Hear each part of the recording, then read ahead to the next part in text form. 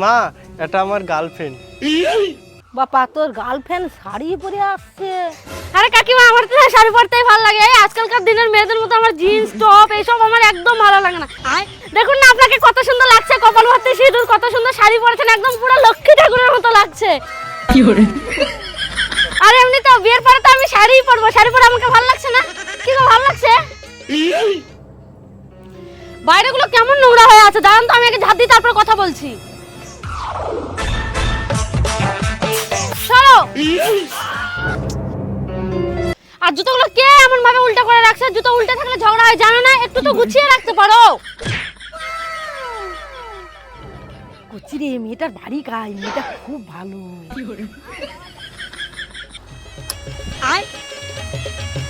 আচ্ছা, ঘরের মধ্যে কে আছে?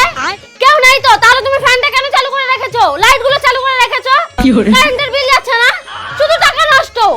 একটু টাকা গুছিয়ে রাখতে শেখো। আচ্ছা মা, তোমার জন্য একটু ম্যাগি করে আনি? না না না কাকিমা, আমি ওইসব ম্যাগি ট্যাগি খাই না। তুমি একটা কাজ করো না, আমার জন্য বাটিতে করে একটু মুড়ি, একটা কাঁচা লঙ্কা আর একটা পেঁয়াজ নিয়ে আসো, দুজনে মিলে খাবো আর টিভি দেখবো। কচি রে, আমার বৌমা পছন্দ।